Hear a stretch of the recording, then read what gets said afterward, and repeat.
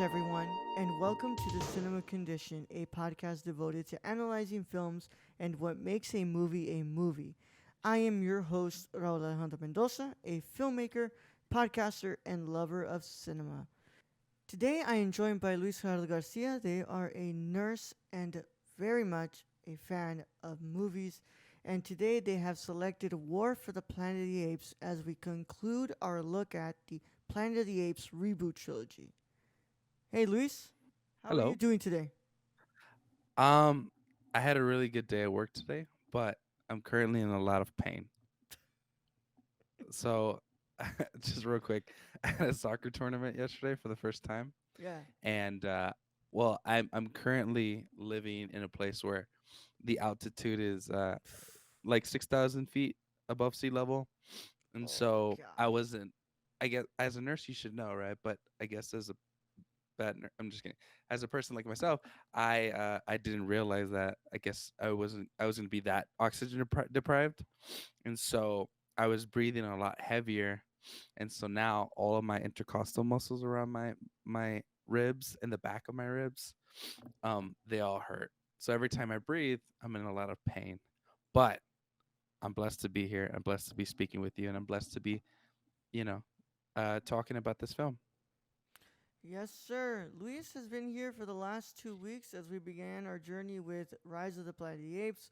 And then the week after that, the 2 weeks after that, you all heard our conversation on Dawn of the Planet of the Apes. And today, we're going to be concluding with this final film in this reboot trilogy. And yeah, man, I'm really happy to be able to do this because I think that this has been a great series so far that we've done. I think that we had a really good introductory episode where we did the first movie. Dawn of the Planet of the Apes was a freaking great episode that we did, and honestly, we'll see how this one goes. Cause man, I just been loving this so far. I just want to thank you again, Luis. Thanks for wanting to be on this, and you know, Thanks for having me, buddy.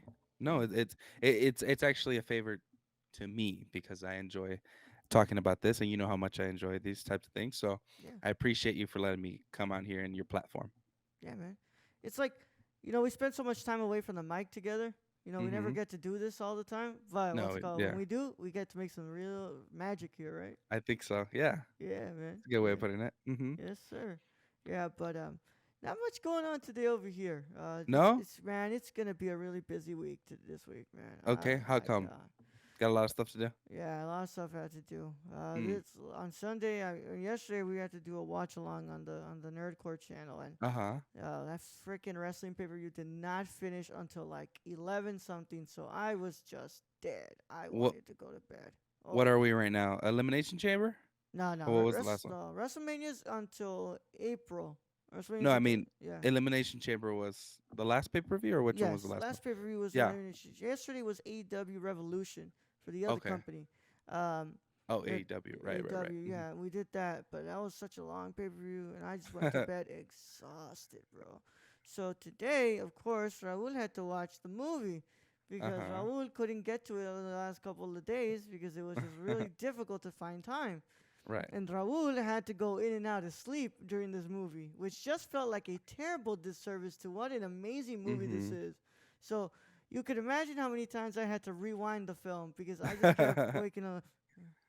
Yeah. I think you're just getting old, bro. I think you're just I guess it's happening to me too. I can't Yeah. even finish a movie anymore. I don't know, bro, because on Saturday I got through 3 movies in a day, bro.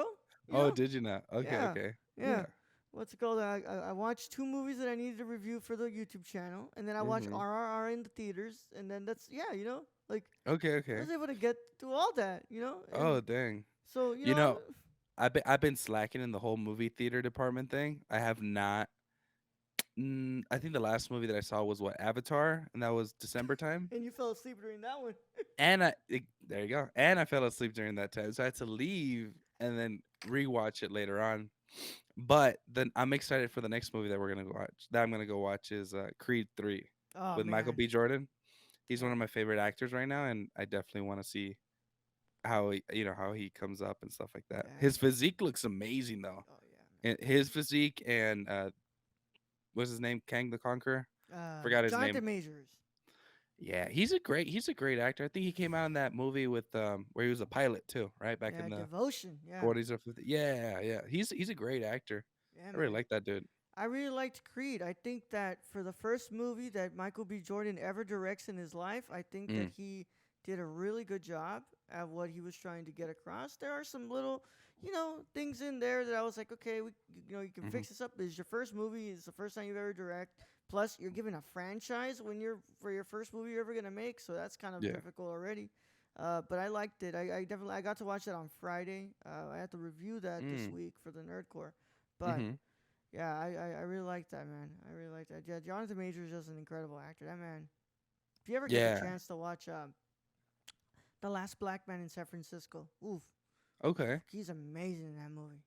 Oh Interesting. All man, right. I'll give it a shot for yeah, sure. yeah. But of course, y'all, we hope that y'all have been enjoying the series so far. And today we're gonna be concluding our conversation here. And I hope that you all go ahead and just what's it called? Keep sharing this around. I Mhm. appreciate whatever y'all do for us and the love y'all give the episodes. I'm very happy to be able to doing this podcast again. To be honest, um, doing this again reminded me just how much I miss this podcast. It's a Hmm. really nice it's a really nice breath of fresh air from just the straight up reviewing watch-alongs and like stuff that I do like that on the Nerdcore. So I'm glad that Mhm. I'm able to have this outlet where I'm just like, okay, cool. I get to just do this like podcast where I get to do my research and I really have to think about it more. And I get to do this 1 to 2 hour analysis and it's a lot of fun. I love what I do here and honestly I'm just glad that Luis was down to do these episodes and we were able to Mhm. get back on track. But of course, this is gonna be the last time you're gonna see Luis for a couple of time, because we have to wait until season 3. But of course, Mhm. at the end, Luis will let us know what his pick for season 3 is. But for now, we've already introduced them to Matt Reeves, so there's no need for us to go back into that. But we Right. are going to introduce them to the movie. So I got some stuff here to read. So let's go ahead and do that, and then you know how the boat rocks. We're gonna just get into the conversation. Matt Reeves was hired to direct the third installment after the studio saw a cut of Dawn of the Planet of the Apes. In May 2015, War for the Planet of the Apes was announced, but I'm sorry. In May 2015, War of the Planet of the Apes was announced, but later retitled to War for the Planet of the Apes in October of the same year. Compared to their rush pre-production schedule, on Dawn, the studio gave Matt Reeves and Baumbach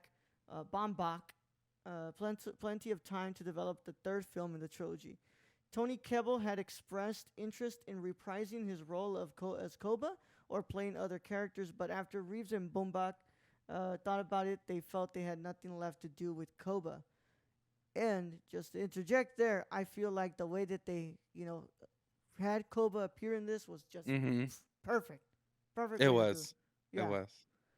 Most of the film was shot in lower mainland Vancouver, along with some scenes being shot in the Kanisakis region. Some inspiration was taken from movies like Bridge on the River Kwai, The Great Escape, Ben Hur, The Ten Commandments, The Outlaw Jesse Wales, and Apocalypse Now. The film was released to critical acclaim and commercial success. A sequel is in the works with a release date slated for next year titled Kingdom of the Planet of the Apes.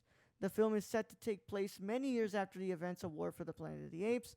The film is being directed by Wes Ball, and that honestly is what has me a little bit worried. I Westball. I'm not too sure I know who that is. He's done most of the Maze Runner films. Oh, the 2012 Yeah, films. yeah, those YA films, which like, look, man, I'm not gonna say that I won't Uh-huh. talk because like there's a lot of people who have surprised me. Sure. Yeah, Yeah. yeah, Yeah. there's a lot of people that Mhm. surprised me. I just thought maybe they would have gone for somebody different, and you Like a know, bigger name or what? probably like a bigger name, but also like I think about it in this sense too.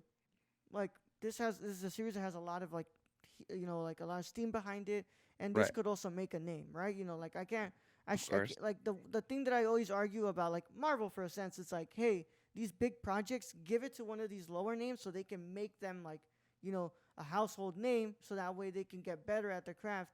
So like maybe Westball will work out, and maybe it's gonna work out better. Of course, Rick Jaffa and Amanda Silver are still what's it called, attached to production for this. So they have a big part to work in this as much as the director does.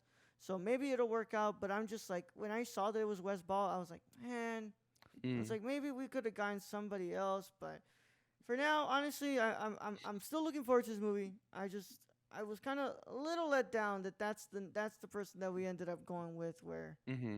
but they've had some time to be really preparing this movie, and there's already a cast rounded out for this movie. Not a lot of big names in there. A lot of like people from like Netflix shows. So we'll see how it Okay. goes. But either way, I'm excited. I hope that they work with the same company that did the VFX though.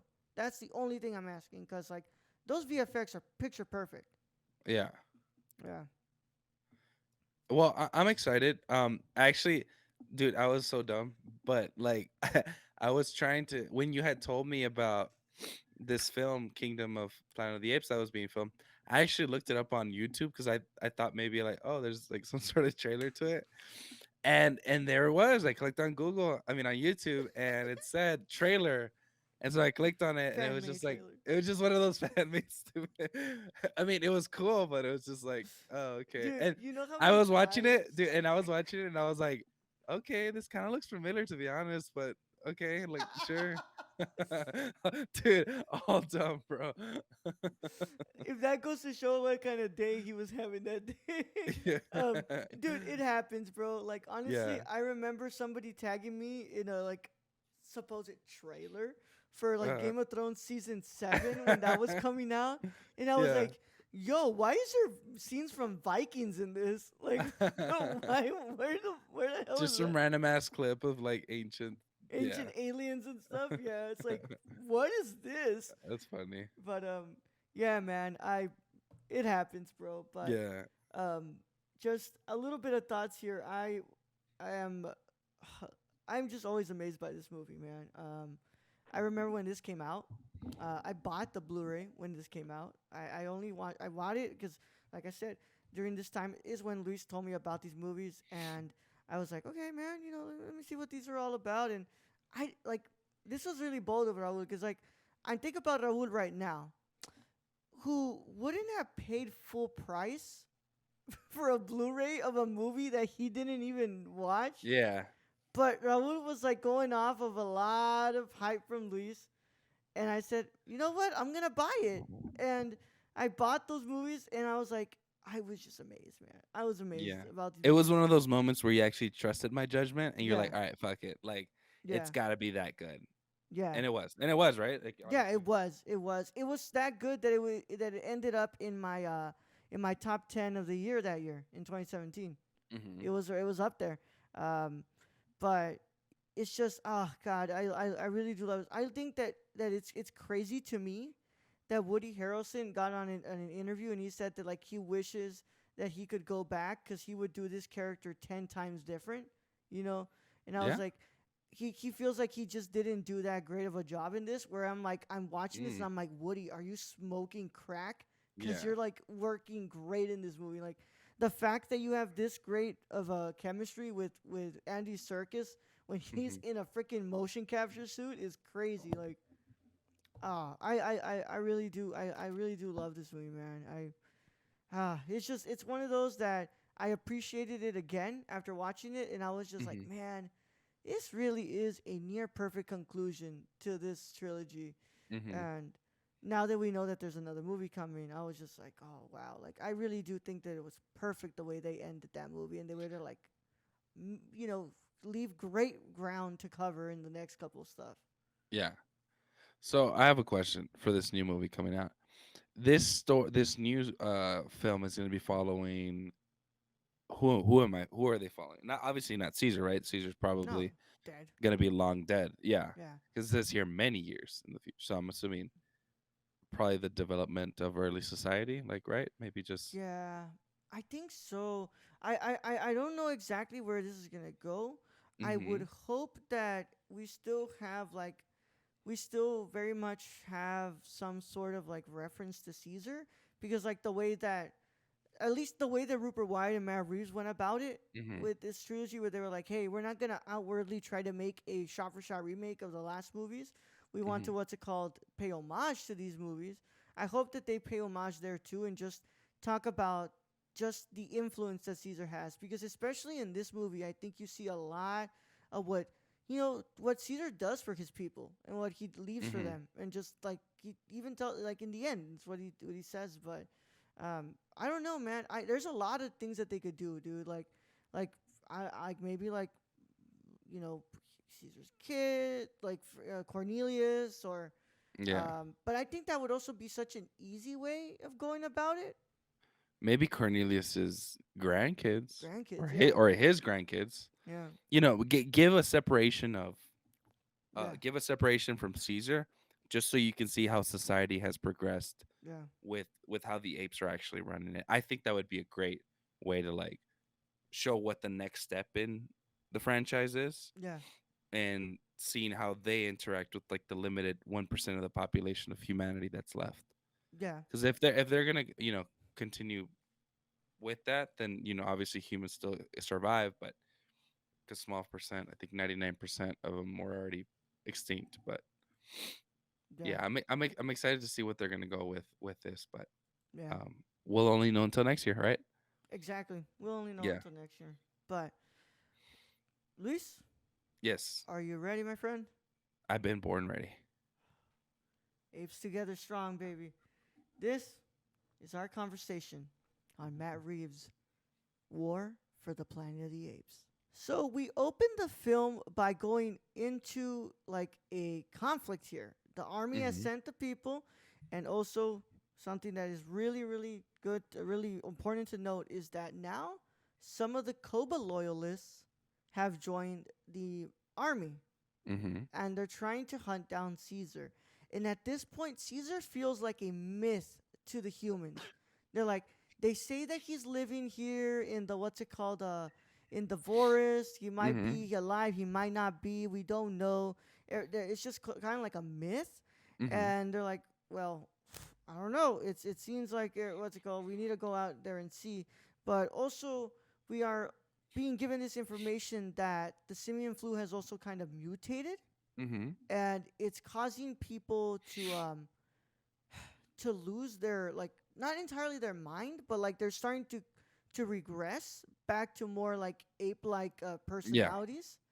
And that's something that gets brought up in the end in like a really really good, like, in the beginning, in a really good like texting, which was, I thought it was great how like it starts with rise, goes into dawn, and then it Mm-hmm. ends with war, and it just Or like shows the title of the film. I thought that was great. yeah. But we find out that, well, the army is still not as prepared to face these apes, because they get to sneak up on them, but the apes come up against them. But they bring one of the soldiers to Caesar, and the soldier, is saying how like it seems that that you're alive, like we didn't even know this, and it's like, Mm-hmm. but and Caesar once again reminds us what we all know: he didn't start this war. Right. Koba started this war, and he does not want to be fighting this. But most importantly, he said, I am going to make sure that my apes are protected, and I'm Mm-hmm. going to do what I can to make sure that they're all okay. And I will go ahead and start first here with the human and ape war, Luis. Right. So we're into the brunt of the conflict here. Mm-hmm. Of course, there's the Koba loyalists. The apes are perceived a certain way, and there's a lot of Mm-hmm. other factors that go into this. But I'll tell you this, man. When I saw the title, right, War for the Planet of the Apes, and knowing what happened in Dawn of the Planet of the Apes, I didn't expect for them to really give us this full scale of a war, Mm-hmm. because like this isn't like Lord of the Rings major budget level type of like scenes, but they do 100% give us like a really interesting depiction of the conflict.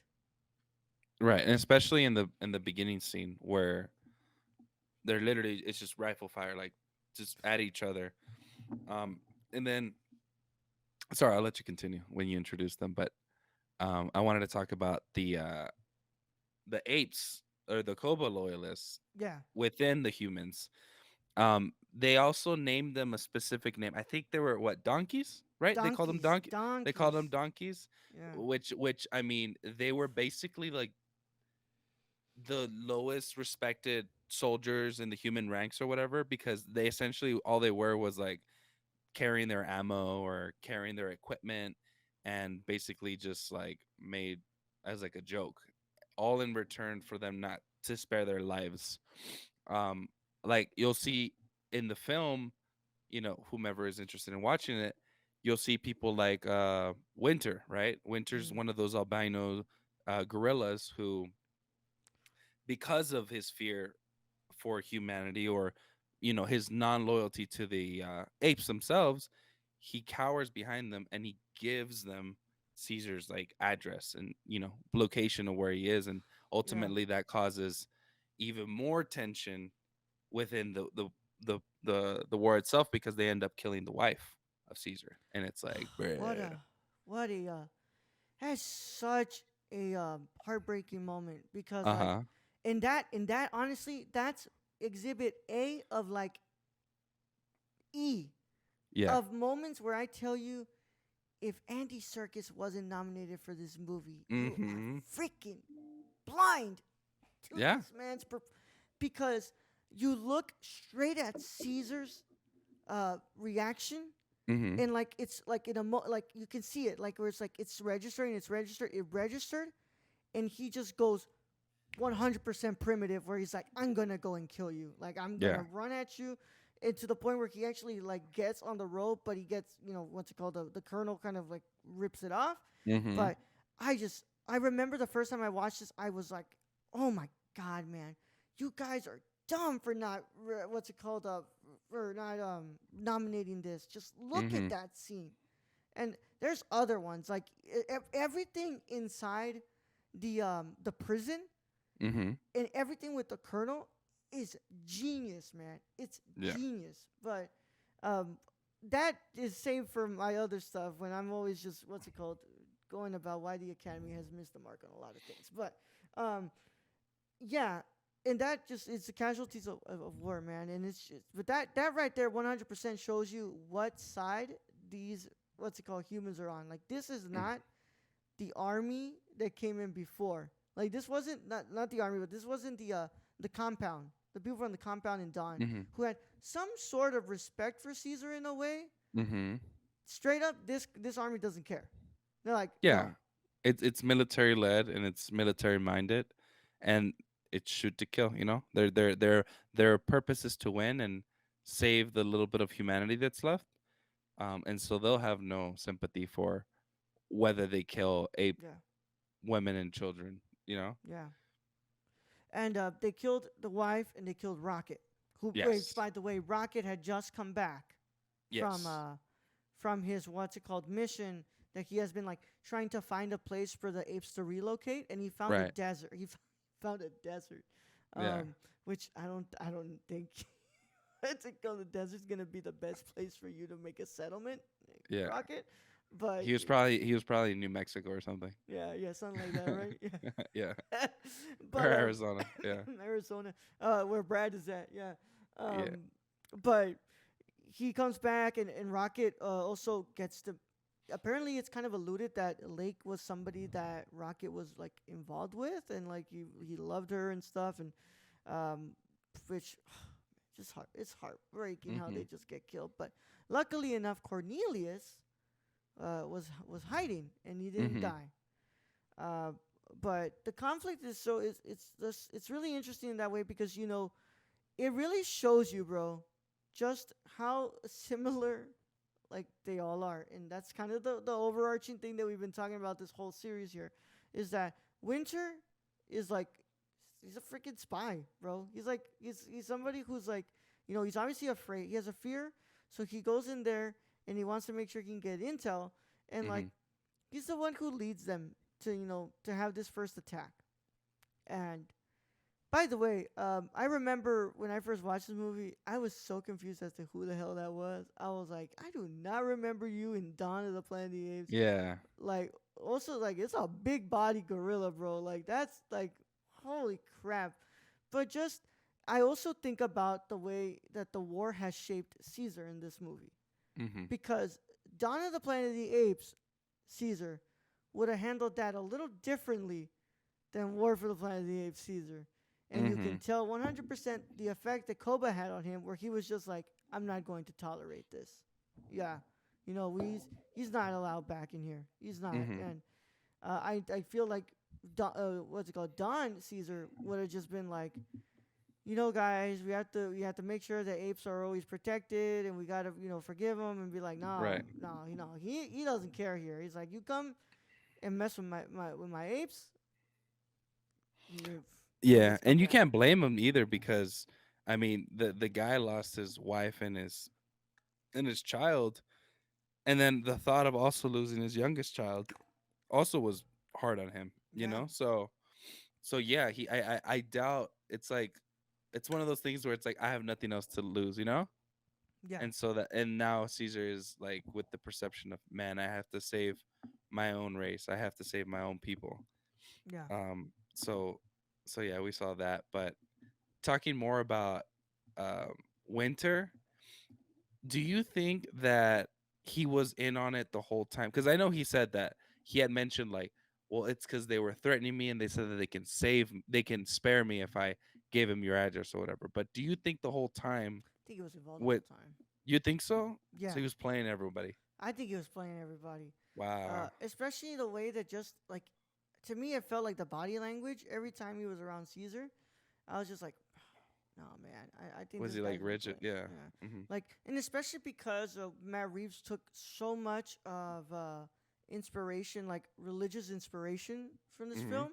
Like, if you guys have never seen the Ten Commandments and Ben Hur, those are obviously what's it called, faith films, are very centered around Christianity, and Hmm. um, he wanted Caesar to feel very godlike in this film. He wanted to, like, really kind of interpret Caesar as like Moses in a way.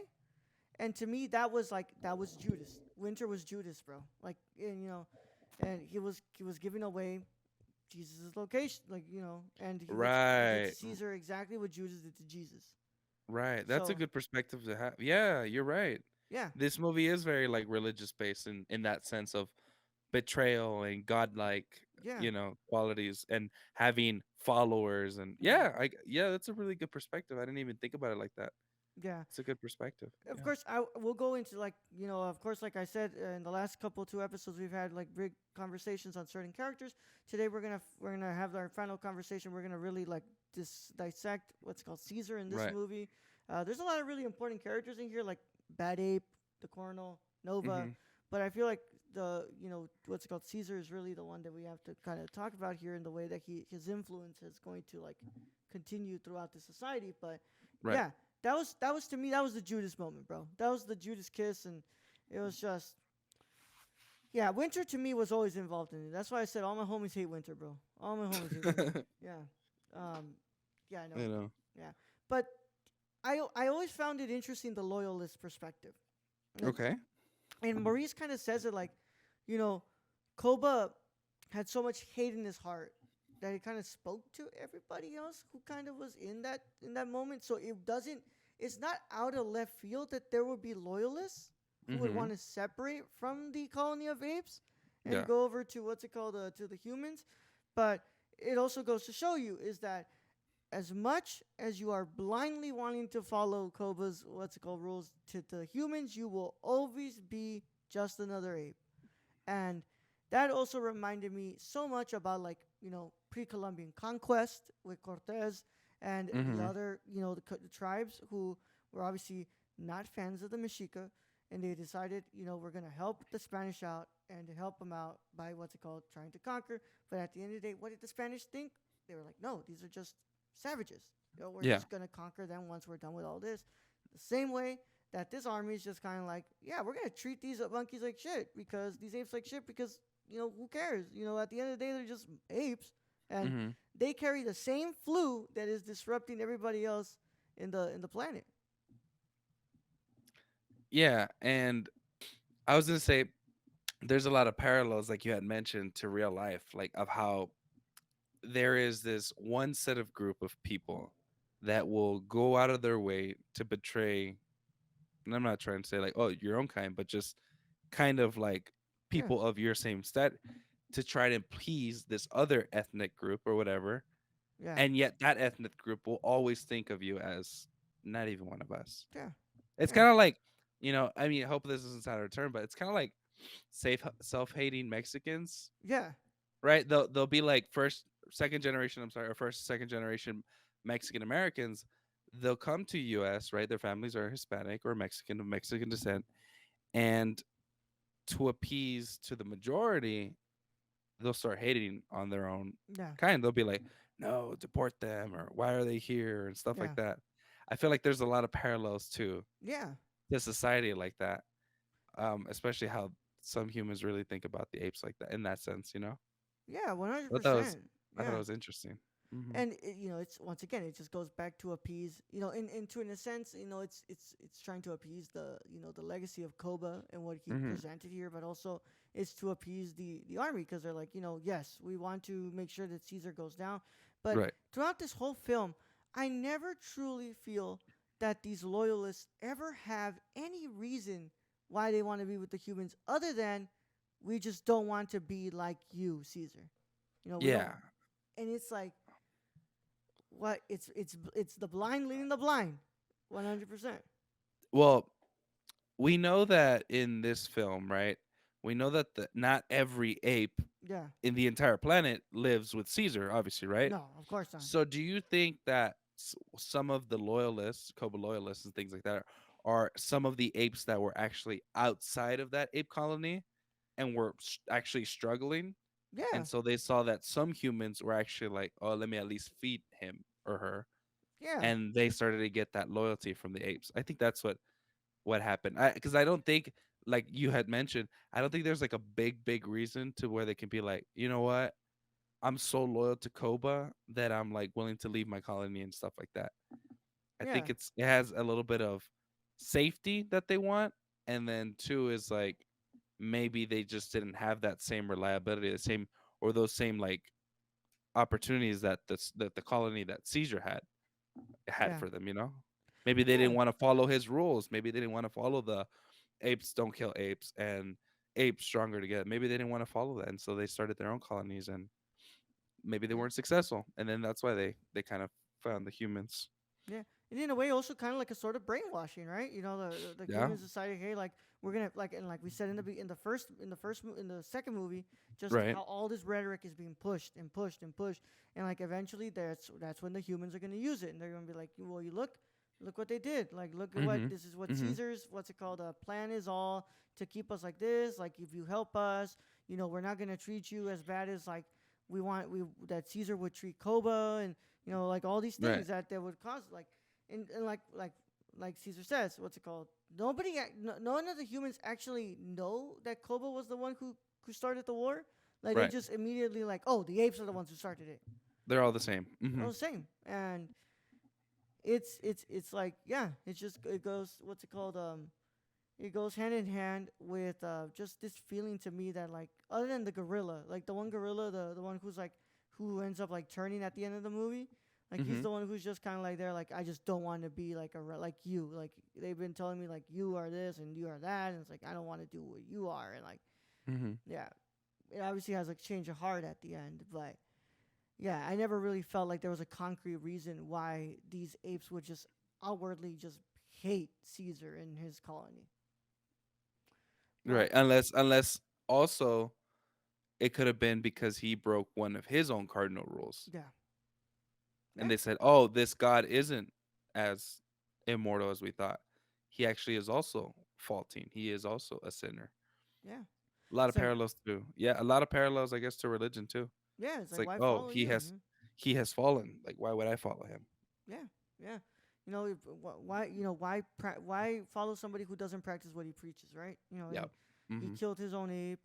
Um, he what's it called? He obviously killed Koba, so why would we follow him? And, he's Mm-hmm. like, and also in a way, like, what stops him from doing that to us? Yeah. Yeah. Exactly. Yeah. There was also something really interesting in this movie that I just wanted to note down real quick Mm-hmm. when it comes to this war. There was a little bit of references to kind of like PTSD. Right. That Mhm. like there was a moment where Caesar kind of like freezes when they're doing the fight, because I think he kind of remembers a little bit of what happened with Koba, Right. and then everything, especially in the what's it called in the prison, kind of like links a little bit to that. I thought that was really interesting, but Mhm. of course that's also a really good, what's it called, similarity to way the humans kind of react to war as well, and it's a very tr- uh, common trait that follows both humans and animals in a way. Mhm. Like. Yeah, definitely. It's not exclusive to humans Mm-hmm. having the level of trauma. And yeah, I think you didn't mention this, but also whenever Caesar kills Winter, when he Yeah. chokes him out, right after that, there's also some PTSD that I guess they were in a campground or something like that, Yeah. and he in the distance sees Koba bled out, and Yeah. looks up and kind of triggers his PTSD too, Yeah. because Caesar knows that he broke his cardinal rule, which is just Yeah. don't hurt other apes, and he did, and then he did it again for the second time with Winter. Winter. Yeah. Um. And just that to me was just really interesting in the way that they Mm-hmm. portray that, because Mm-hmm. I was like, okay, this is obviously something that's gonna happen. I just didn't think that they would like really like handle it like kind of actually Mm-hmm. pretty well in this movie. Right. I thought that like, oh, maybe they'll reference it here and there, like, oh, like, Caesar still hasn't been able to move on from the conflict and been Right. able to really move on from killing Koba, but they also have that one scene where Koba, where he's like tied up, right? He's like Mm-hmm. tied up, like also once again like tied up like he's on the cross too, Right. and Koba shows up, and he's kind of like like, oh, like you did this, and it's like just go, and it's like, oh crap, like this is obviously something that has stuck with Caesar. Mm-hmm.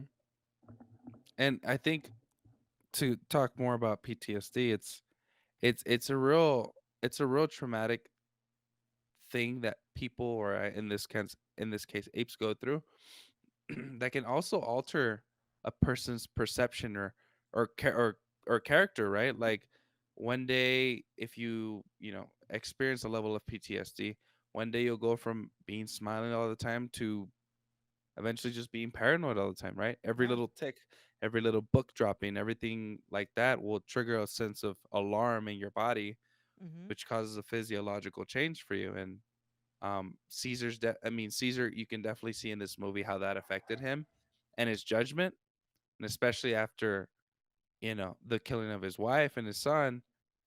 He's already at that breaking point where it's like, well, what who can I trust if not my own community as well, right? Because he's also like conflicting with that. Well, who can turn against me as well? You have a point, and they're Yeah. like very traumatic moments that Caesar goes through in this movie, and not just Hmm. even Caesar, like even Maurice, like just Yeah. the changing character of Maurice from this, like in the last movie, he's just so like open to what's it called, to interacting with everybody, Hmm. and like here he feels very reserved, and then it's until like Nova comes into the picture Right. that like no, like he reminds of like what how like Hmm. how caring humans can be sometimes, Yep. and I found that to be so interesting, the way that they kind of Yeah. portray that. But it's like everybody has sort of an effect after the events of Dawn, and Right. everybody has a way that they've reacted to the uprising from Koba. Hmm. Yeah, Yeah. And speaking of Nova, I hope it's okay to go on to that topic, but yeah, we can go on to Nova. there's and then it also relates to PTSD as well. But so I don't know if you noticed the first time that they meet Nova, the different reactions they had to seeing her. Mind you, they probably haven't seen a human in just a bit, other than the obvious army The dudes and stuff army, like that. right? But if you notice, Caesar has a different reaction than Maurice. Caesar's very much reserved, like, okay, it's a child, leave them. Versus if you would have seen Caesar pre Dawn, Oh yeah, I mean, he loves humanity. He would have probably been like, no, take the girl or do something with it. And then you saw Maurice's reaction to seeing Noah for the first time, yeah, and he was more empathetic. He said, well, it's a child. I'm not going to leave her alone, yeah, regardless of whether it's a human or not. yeah. And Also, so after they just literally murked her dad. You know, Yeah. yeah, It which was that her father? It was her father, that right? was her father. Yeah, Yeah. which was well, by the way, like once again, just another instance of like those moments in war that are really really bad, like are really really evil, and like yes, Mm-hmm. but fuck, civilians die in war all the time, and it's a Yeah. really really sad thing. Like that Yeah. guy had nothing to do with the conflict. He was just like going out to to grab something, right? He was carrying firewood. Mm-hmm. Firewood. He was literally just gonna start the firewood for the night, and to make sure that like him and his daughter are just okay and like are warm. Mm-hmm. But it's a thing that happens in a war, and it's a really really sad thing. Like civilians are always caught in the line of fire, Mm-hmm. and sadly Nova, it like I think it registers with Nova that her father was killed, Mm-hmm. and but like it reminds me that Maurice, like in the last movie, had a really big attachment, like a strong attachment to the boy, Right. to the guy's son, Mm-hmm. and Mm-hmm. I think it reminded him like there are good humans out there, and that's honestly to me that's what Nova represents. Nova represents the relationship that is should be had with the humans and the apes. Like they're all, Right. they can coexist with each other. They can learn from each other. Mm-hmm. They don't necessarily have to agree with each other and have to like have the same stance, because obviously like as Nova gets older, she's probably gonna have a lot of different thoughts about the way that went down with her father. Right. But they get to coexist with each other and they can be living in harmony. And to an extent, there's people in that colony like she loves Maurice. Like it's Mm-hmm. easy to tell that she loves Maurice. But yeah, like Nova's such an interesting character, especially just the way that they kind of like. When I first watched this movie, I was like, "Oh, I wonder what this is gonna be all about. Like, why are they gonna have a child?" And like, I thought that we were kind of done with like the whole Mm-hmm. the human and ape aspect of like continuing this journey together. But just the way that Nova's kind of like exemplified in here, and just really like told like, "Hey, like, it's just a little girl who, is alone," Mm-hmm. and in a way like very similar to Caesar in a way, because like yes, Caesar's mother was killed. He felt alone, and somebody took him in, and in a way, like Nova is living in the same family that Caesar lived in, with James Franco and his dad. That's such an interesting perspective. You're right. To 2 points that you had mentioned. One about the parallel of Caesar and Nova, very similar backgrounds, taken on from a tragic event. And then two, I really like the point that you had mentioned regarding Nova representing that humanity that is supposed to be a relationship between apes and humans. Mm-hmm. That like that last level of hope that I guess that could bond Caesar back to loving humans, because at this point we know that Caesar just despises humans at this point. Yeah, He has no remorse for them anymore. If he kills one, he kills one.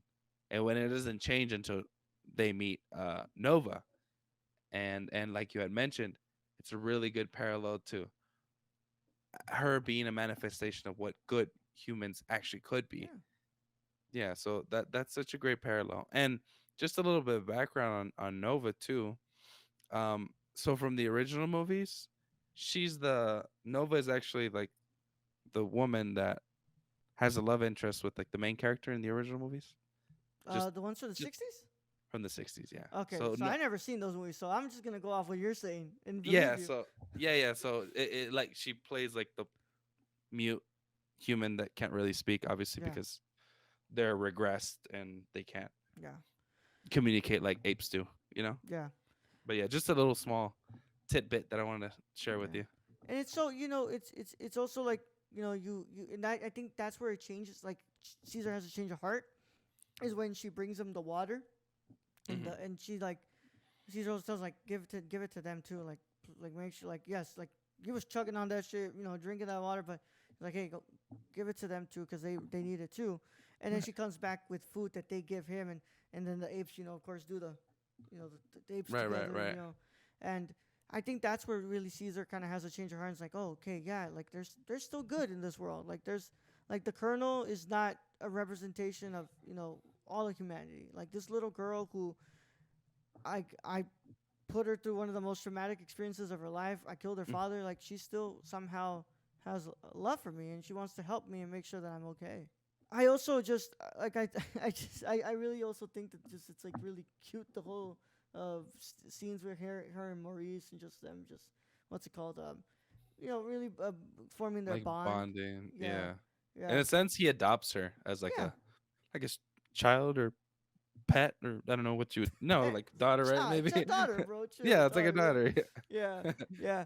And then Interspecies daughter. Yeah. yeah, and then there's also somebody else who comes into the what's it called into the journey, and Hmm. so the apes go back, and I know that I'm gonna just talk about Bad Ape for a minute, and I want to Yeah. talk about the Colonel for an extended time here, but Right. they go back to where they used to live. In the what's it called the prison, not prison, like whatever that thing was, the shelter, yeah. Hmm. And they find this ape who to me I was always interested in who this like first of all always interested in who played this ape because I feel like I recognize that voice Yeah. and I forgot to check it again but like I was like I know who that is like I know who that voice is like I'm not tripping here Uh but huh. just everything that Bad Ape kind of represents it's like really interesting so they go in there they find this ape and he's just like Bad Ape Bad Ape Bad Ape Yeah. and he's, Well, I mean, he finds them yeah he finds them by stealing their horse and binoculars and shit. And yeah that was a funny introduction, though. Like we yeah thought it was like someone hijacking that shit, and all of a sudden they pull up, and yeah all it is a monkey. I mean, it was an ape. That yeah was so funny. but also I feel like Bad Ape is a representation once again like Koba did the thing in Dawn where he's like like acting stupid right Yeah. Yeah. Bad Yeah. Ape is a representation also of that like where they think like oh these apes are stupid but Bad Ape is also really smart Bad Ape is the reason they actually are able to infiltrate the prison Yeah. and get in there. Without Bad Ape's help, they wouldn't have been able to do that. Yes, he Yeah. messes up and he looks at the binoculars from the wrong side, but like overall, Bad Ape is also a really smart character in this movie. He has to be because he survived for so long Mm-hmm. alone for God knows how long, probably decades. Um, so yeah, he's smarter than he looks, but it also is funny to see how like there's like that primitive ape kind of thing where it's like, oh, Yeah, it's a joke, ho ho ho. yeah. Yeah. I just let's go. Always like talking about Bad Ape. Like to me, Bad Ape is like it's like obviously it's the comedic relief in a very very serious Correct. movie, but also it goes to show like Bad Ape is also like what those apes used to be. He just used to be a careless ape that was just brought to this place and just is there. And he's like, yeah, there's. It goes to show like not every ape has been turned to either the Koba loyalist or to Hmm. like the those who follow Caesar. There's still apes out there who are kind of just like, yeah, we exist here. Like we don't know much about what's going on, but we're just kind of here and we're just trying to survive. Yeah, just like those humans, but Yeah. yeah, but ape perspective. I'm looking at Uh, this and it's like Steve Zahn. I don't even know who Steve Zahn is, but he has like such a really like recognizable voice. Like he's been in like Stuart Little, Diary of a Wimpy Kid, and uh, The Good Dinosaur. a lot of Uh, animated a lot movies. of animated films. Yeah, Dallas Buyers Club, Captain Okay. Fantastic. Yeah, I don't know who this guy is, but Chicken Little as well. I recognize this voice so like easily, and oh man, just I like Bad Ape. He's just a character that I always go like okay, Oh, you do know who he is. who is Wait a he? minute. Yeah, look up a picture of him.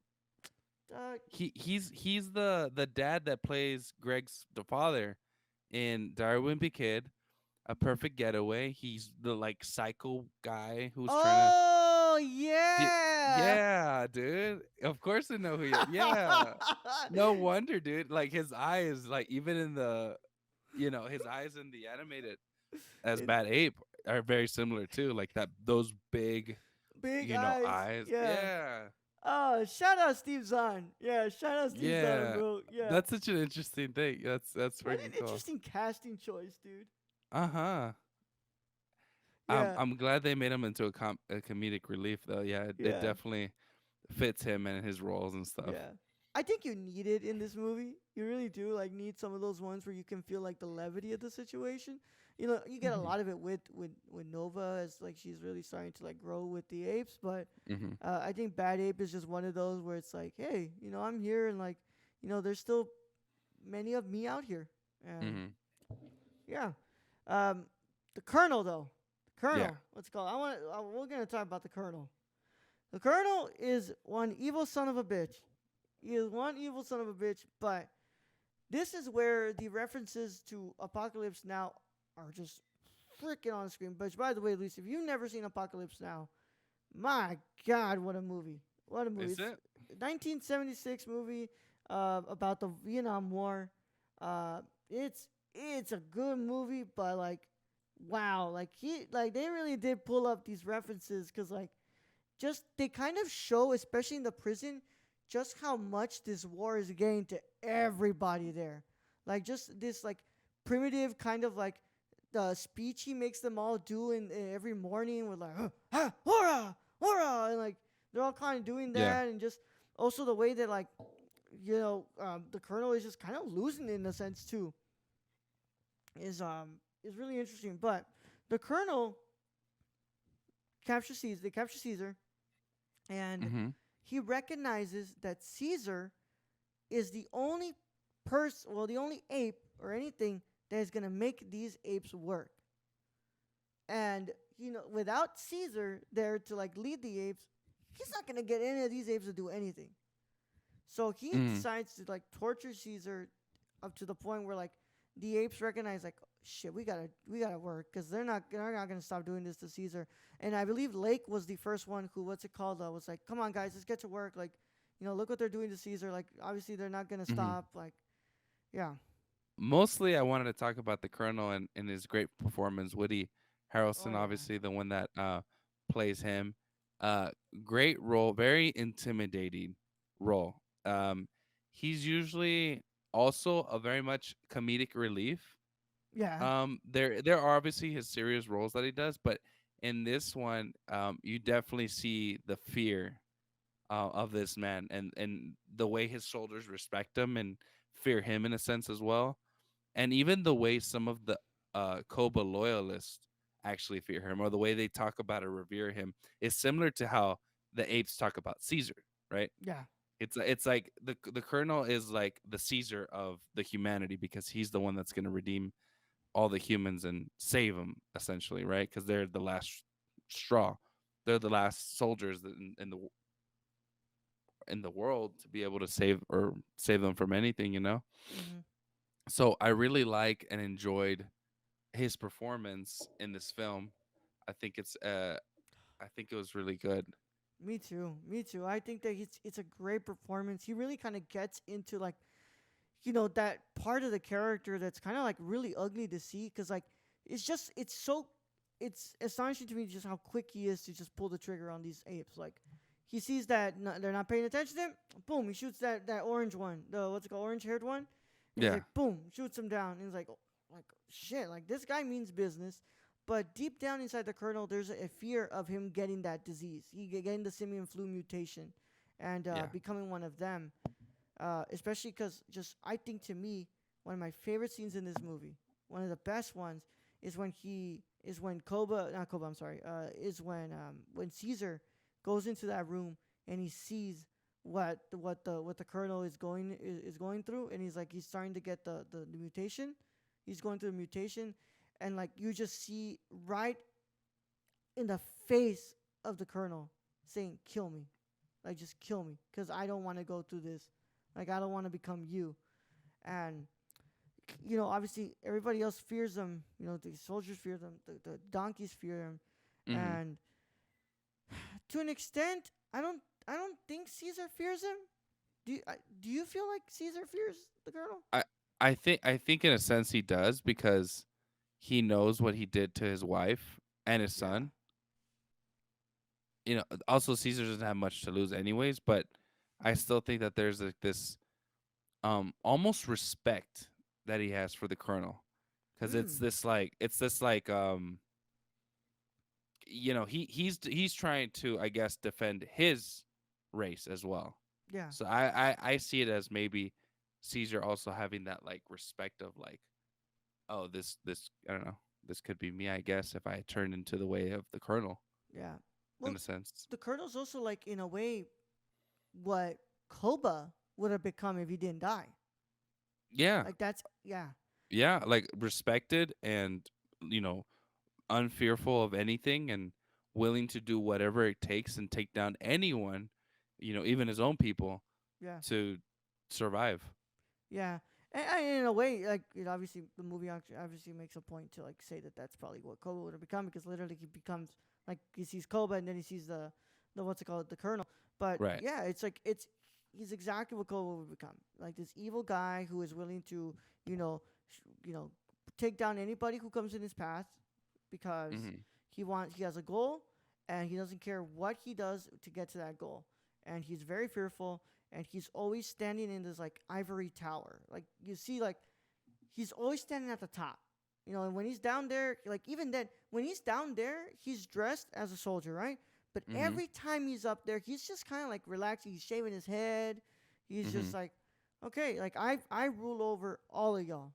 Y'all work for me, Mhm. and if it wasn't for me, none of y'all would even be in this situation. And in a way, that's honestly to me, I feel like that's what Koba would have been in that same situation if he would have lived.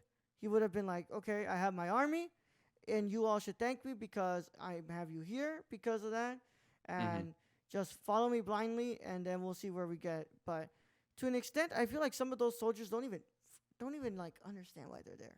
Like some of them don't even like what's it called, even want to be there. You can tell like Mhm. in the to me in the body language, like some of them don't even want to be anywhere near these apes. Like some of them just want to like be away from them as possible. But of course, the way that kind of like the colonel has brainwashed a lot Mhm. of these soldiers, especially the donkeys, the what's it called, Mhm. the apes, to the point where like finally when the gorilla turns, you're just like, finally, dude, you came to your sense. Like Mhm. this guy doesn't give a shit about you. The colonel doesn't care about you.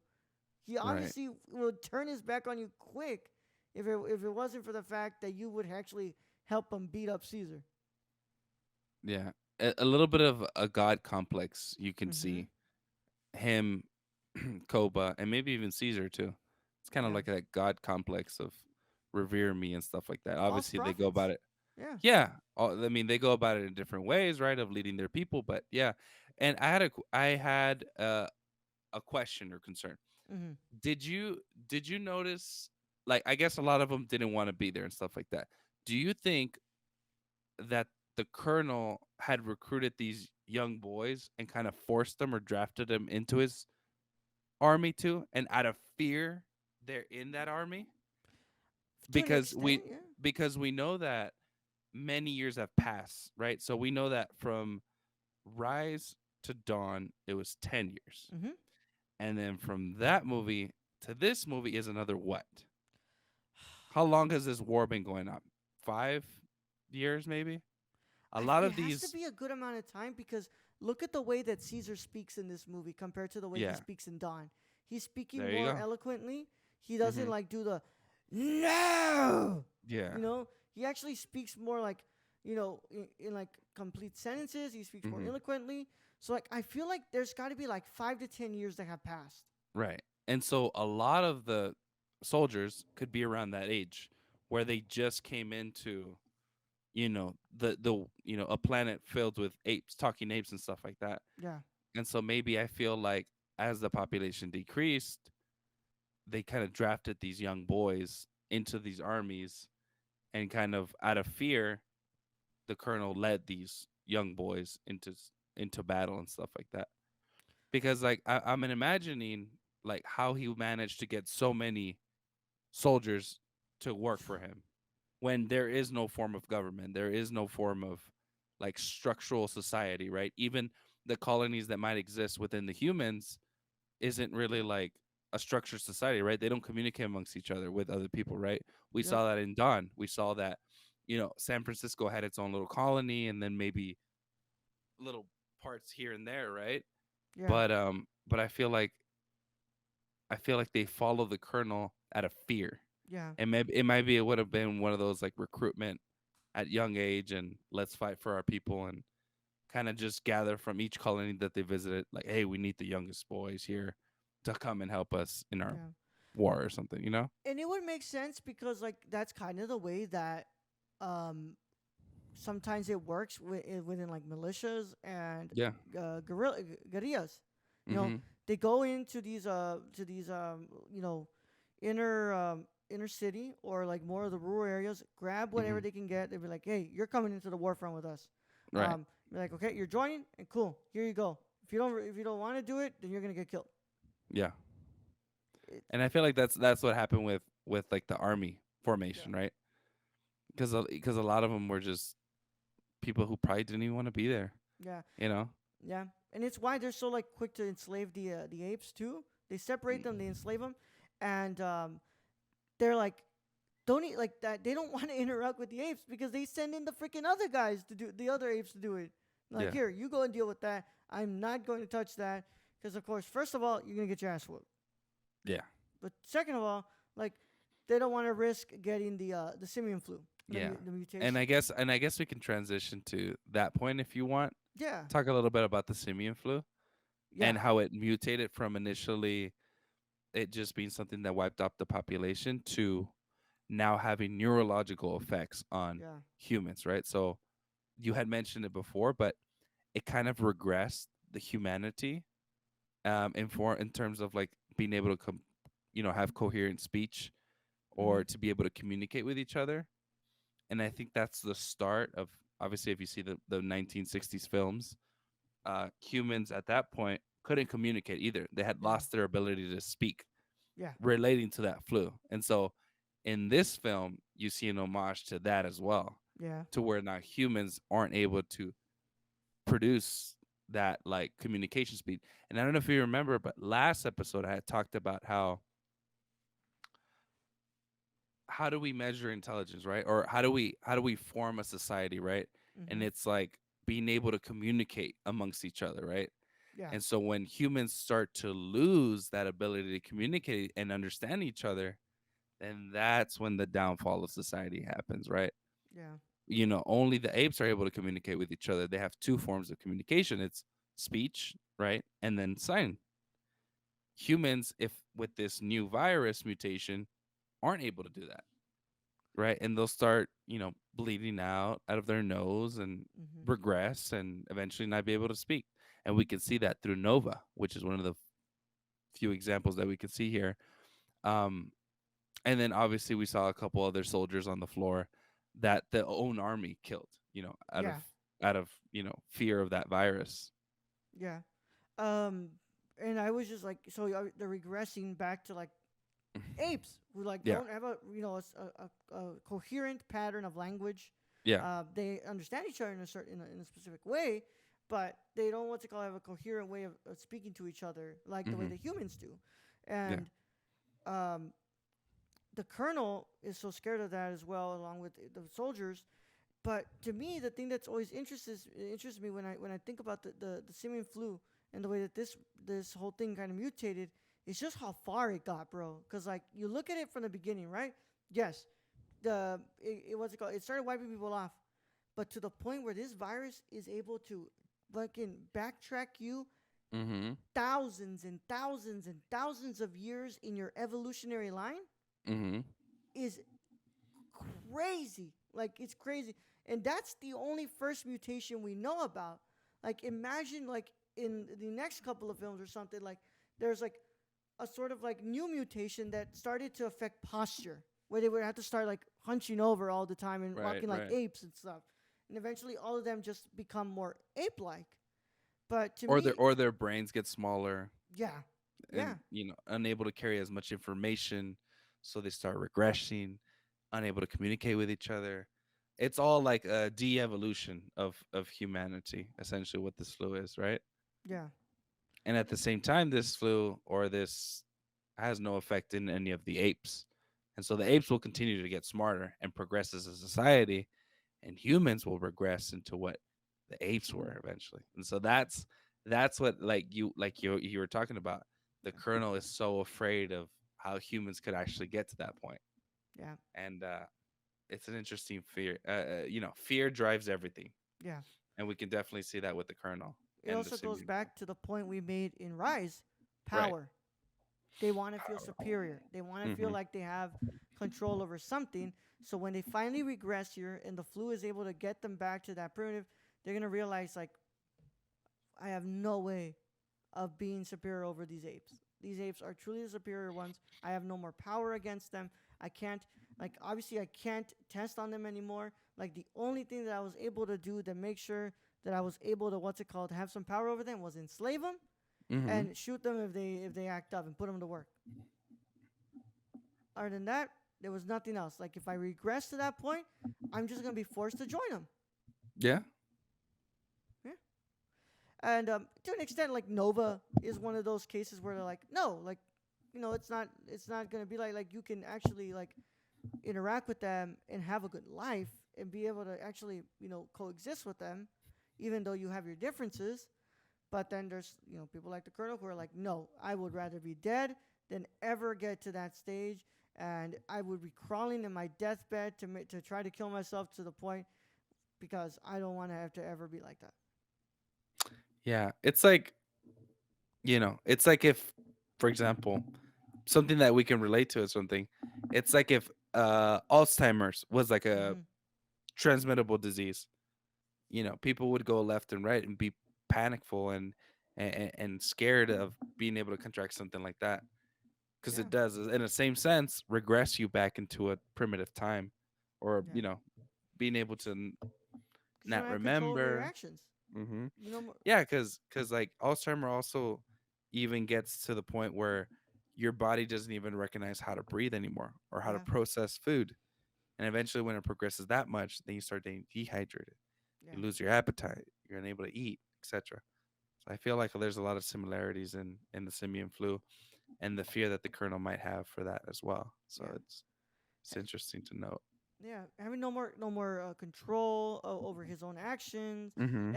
and I feel like that's also something that a lot of humans kind of have about animals. Like they think that animals don't have control over what they do, and it's like it goes back to the idea like they don't really think the animals are that smart, you know. But those of us who actually interact a lot with animals and actually own animals, that that like Mm-hmm. animals are a lot smarter than you think. Oh yeah, Yeah, they know, especially yeah, the dogs and shit. They know when they do something wrong. They'll just continue to do it because that's in their primitive nature, right? yeah, But do they know consequence? Do they know right from wrong? A lot of times, sure. Sometimes they might. It's like they know don't get on the bed. Why? Because that human has a certain reaction to yeah, when I get on the bed. But my primitive mind will say, well, it's comfy, so I'm gonna get on it. You know yeah, what I mean? yeah, Yeah. yeah. And and I guess just humans don't want to get to that. They don't want to Hmm. not have control, and they don't want to feel like they're seen as less than. They don't want to Yeah. feel like they're like that they're on the bottom of the food chain compared to where they are now. We're like, oh, we're the alphas. We're the ones who control everything. We have control over y'all. And it's like, no, like you really don't, bro. Like open those gates up, and you'll see who Yeah. can dominate you. Like like yeah, Maurice don't fight that much, but I'm willing to bet that Maurice can give you that 3-piece combo real quick. Oh, 100%. Yeah. Freaking All getting right, man. scary, man. Apes are yeah, Yeah. scary creatures. I have all respect for apes. I don't ever want to be in the same vicinity as them, though. Yeah, never. Just like bears. Like I have all the respect for bears. Love bears. They look cuddly and everything, but Yeah. don't ever get me in front of a bear. No. Mm-mm. Nope. I am running for my life. Um, but we'll get into the final topic here. I want to talk about Caesar, Mm-hmm. especially this journey of Caesar throughout these three films. Because you go from Caesar who loves humanity, Caesar who is kind of on the brink of it and is like, oh, Mm-hmm. I don't know, we can trust him, maybe we can. And now you have here where he despises humans and he wants to protect his apes, but also Caesar, the family ape, the one who cares a lot about his family, like really like just I can't get over the fact when Rocket comes back and he sees Rocket and he's just like my son, like he hugs him tightly and like Mm-hmm. you like everything that Caesar's gone through. He loves his family. He Mm-hmm. wants to make sure that his family's protected, especially because like he's been there where he almost lost every one of them again. Rocket almost died to that one what's it called, a bear. We're at the Mm-hmm. beginning of Dawn. Yep. His wife almost died due to complications, Right. and Cornelius almost got shot by a dude from Dawn who got kicked out of the group. Right. Like, Right. he's been there before. He's almost lost them, and he cares a lot about his family. He cares a lot about the people in his community, but he's also, not the same leader that he was in Dawn. He recognizes that he has to be stern. He recognizes that he might have to break his rule, even though it pains him so hard to break that Mm-hmm. rule. But he recognizes he has to break it because he doesn't want to, what's it called? He fears that he's gonna have another Koba. Fear is enslaving the mind of Caesar. Yeah, Fear of losing the power and fear of losing his family. yeah. But and that's the thing. Like, why to me Caesar's probably one of the greatest characters ever put on a movie screen is that, like, throughout all of these things, Caesar always, is such a selfless ape. He, like, everything he does is for somebody else. Like, to me, Caesar never does something that is completely only for himself. He's not selfish like that. Like, he doesn't act like Koba. Like, he wants to make sure the apes are okay. His family's protected. He wants to make sure that the world that Nova's gonna grow up in is gonna be one that she's gonna be able to, live in with no fear of having a brutal uprising or people who would, what's it called, use her or kill her because of where she's at now in her life. Like, Caesar is just the ideal leader. Is the ideal leader you want to have. Somebody who is obviously very stern and very, what's it called, open to the changes that need to happen, but Mm-hmm. he's also the leader that gets shit done. Yeah, he's led him through several attacks on his compound, and people still revere Caesar as, like, even now in this film you'll start to see like that, like what we've been mentioning the entire episode, that kind of god complex Yeah, that people have for him. Even though Caesar is very selfless, you can compare him literally to, like, like a Jesus character, yeah, right? Like, he is the good, he is what is best for his society and his people, yeah, and people are going to try to take him down, but he at the end of the day is the chosen one, right? The yeah. Messiah. He's the Messiah. He He is the has the Messiah. he has the people who are his loyal followers who truly believe in his message, and that's why, to me, I think that the influence of Caesar is going to stay present throughout all these films because there's going to be people who will still practice what Caesar has always preached. And yes, even though he has broken that vow multiple times, they know that at the end of the day, Caesar always had the best interest for everybody in that community. He never he never did something that would directly put them in a line of getting hurt. That wasn't like maybe in Dawn. Maybe in Dawn there was instances where it did, but even then in Dawn, um, they weren't directly related to Caesar. It was also influenced by what Koba was, feeding Caesar. Right. But in this movie, he is that godlike figure. He's the Messiah. He's willing to sacrifice himself for the Yeah. good of the apes. And I guess he does sacrifice a lot because he sacrifices even his family, Yeah, who all got killed, and even when he's saying, "All right, you guys separate and you go find the colony that we're supposed to travel to now. Have my son, and I will still go and yeah, try to slow them down." He at the end of the day is still very selfless. yeah, He's a good leader, and people obviously will respect or continue to respect his ideas. yeah. And that's why Maurice and all the other ones, they came in and, like, they're like, no, you're not going alone. You need us. And why He he's brought able to he brought his influence, yeah, apostles. Yeah, he his brought his apostles. apostles. Mm-hmm. Yeah, and he's able to get people like Bad Ape who, who actually do believe in his message and want to come with him and are able to Mm-hmm. help him. And it just shows that, like, who Caesar is and who Caesar has grown to be in these films.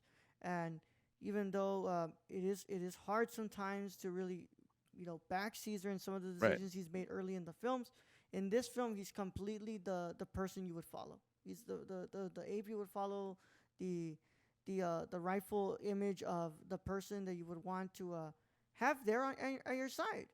Mm-hmm. Yeah. And it's like just the religious aspect is always that stood out to me once I read more into the film, because I was like, on the first Mm-hmm. time I was like, I didn't really notice that, but just now watching it again and just reading seeing that, it's like, yeah, Caesar is Jesus, and in a Yeah. way he's also Moses too, because he's leading his people Mm-hmm. to the promised land. Right. Yeah. Compare him to like a Messiah. Yeah. Yeah. That's literally what Caesar is to his people. And to an extent, they also, they enslaved Caesar, Mm-hmm. right? The Right. way that Jesus was, caught by, the Rome, well, was betrayed by Judas, given to the Romans, and Right. they whip Caesar too. They whip Caesar, and they They see do. that Caesar doesn't like, he's not reacting to it at first as much as they want him to, so they keep doing, and he doesn't he doesn't necessarily kneel older either. He kind of like doesn't bend the knee exactly, but he's kind of just sitting there where he's like kind of almost bending the knee. Uh-huh. But they whip him too, and they put him in the cage, and they enslave him, and they send him back to where he was in the shelter, just another ape who's inside a cage, and he's literally a slave, dude. Like they don't give him food or water, barely Mm-hmm. enough food or water. Mm-hmm. They put him to work, and they treat him like shit. Yeah. So there's a lot of parallels, I guess, to enslavement mentioned in this one, and we can also see it in the previous movies as well. This idea of enslaving a group or a minority against their will, right? Mm-hmm. In Dawn, we saw, some of the Onkoba uh, loyalists enslaving Caesar's followers, Mm-hmm. and in this one, we see the humans enslaving Caesar and his followers. Yeah, and it's the same thing that happened with Koba. Mm-hmm. It just also goes back to show just how, like, humans will always regress to that very, like, ugly part of themselves, where they're like, Mm-hmm. yes, first thing I'm gonna do when I get the enemy is literally put them in a makeshift concentration camp. As like, Yeah. that prison that's literally a freaking concentration camp. That's Yeah. all it is. And you know Caesar, he doesn't want obviously doesn't want to be there, but like, just Mm-hmm. the way he's able to, like, keep himself strong in there. He's able to, because he knows that if he cracks, it's gonna panic the rest of the apes. The apes Mm-hmm. really follow him. If he's gonna crack, um, it's hard for Caesar to, to even chug that water. Like, you can tell in the body language, like, when he gets the water, it's like, no, just like, stop, go give it to them, because, like, like, they're seeing that, like, I can't come off as weak. But also, I think that's also a pivotal moment within that movie where, like, the apes really realize, like, no, he's like us. He's like us. He's suffering throughout this thing just like us. Like, we're separated from each other. We're being kept in cages. Like, to me, oh my God, Luis. To me, one of the Mm-hmm. most heartbreaking moments is hearing Cornelius crying because he's separated from his father, and the way he does it, just like, Mm-hmm.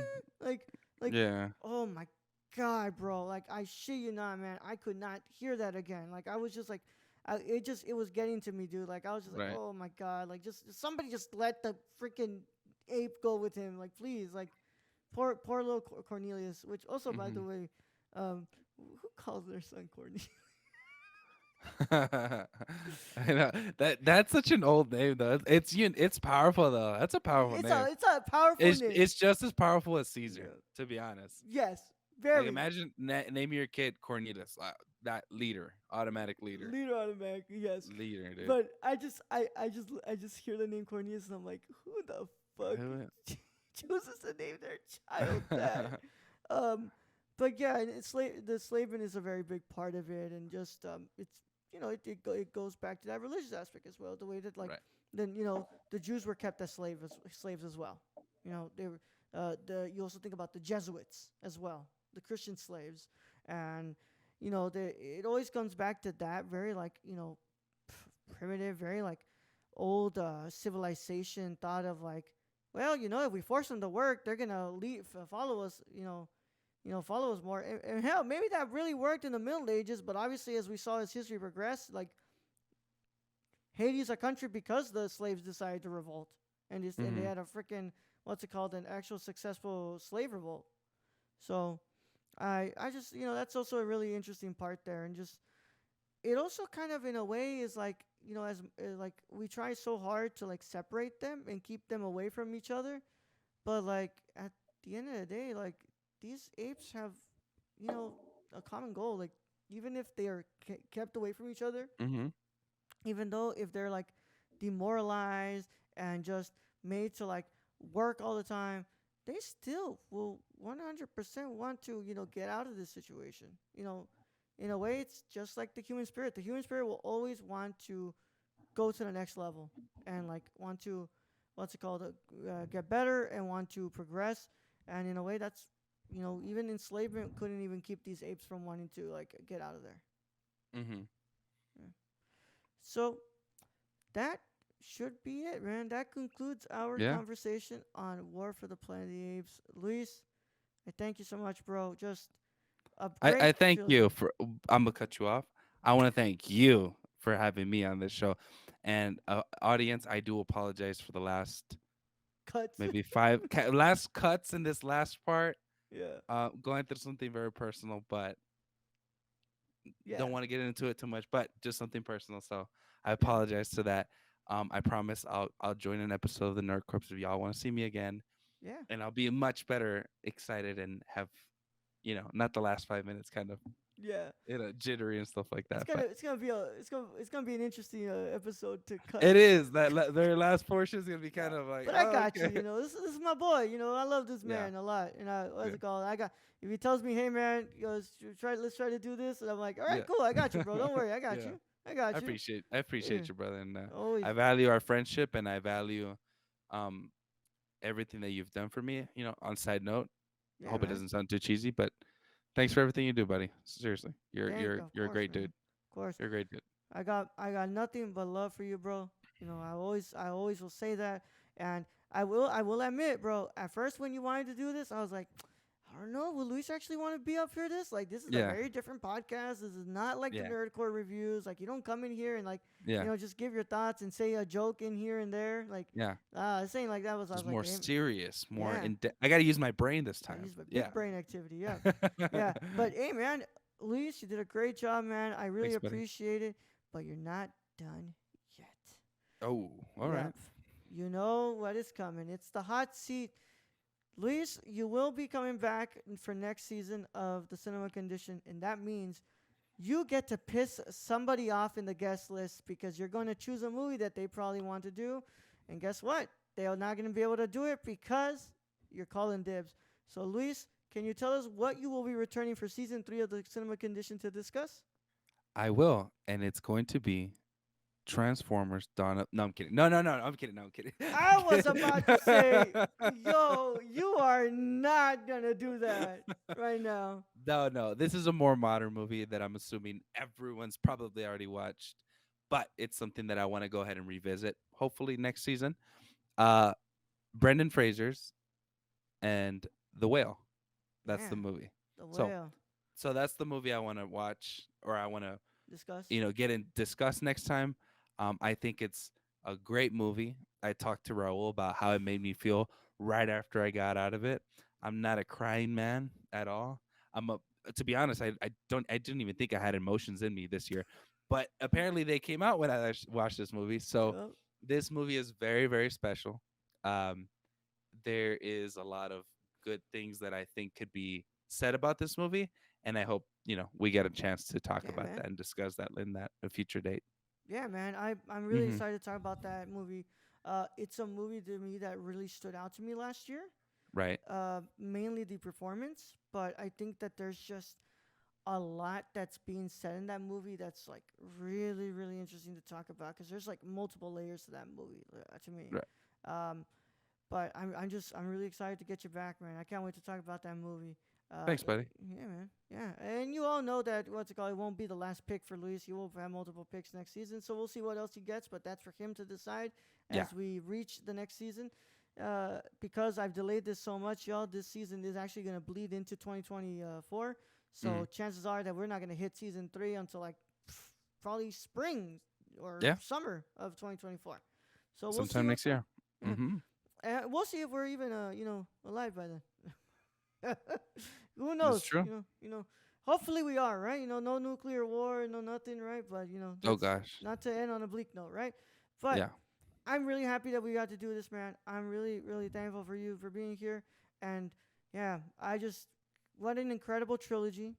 What Mm-hmm. a incredible performances. What beautiful cinematography and everything. It's just one of those movies that to me, every single time I watched it, I gained another appreciation for it. And yeah, I I do plan to upgrade my Blu-ray copy soon to 4K because I do want to play those on my 4K player.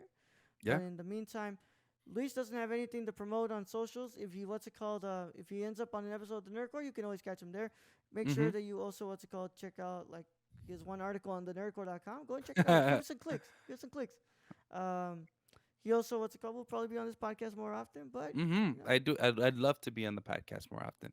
yeah, man. I love this. I love this podcast. I love you and all the people that you associate in your podcast. So I also Okay. listen from time to time. So, Yeah, you man. know, Yeah, man. I'll definitely try to sneak my way in there. Yes, sir.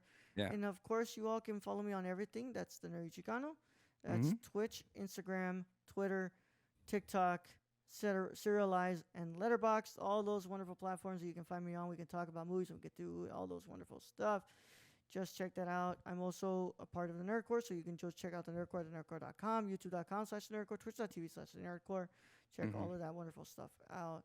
But in the meantime, y'all, I appreciate you all being here. I'm not going to announce what's the next movie because what's it called? I'm still trying to schedule. I'm still bulk recording. Wow, I'm bulk Wow. recording as we go.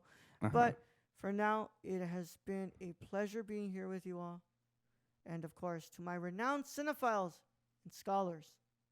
Celebrate the love of cinema today, tomorrow, and every day after. Catch you all on the next one, guys. Bye bye.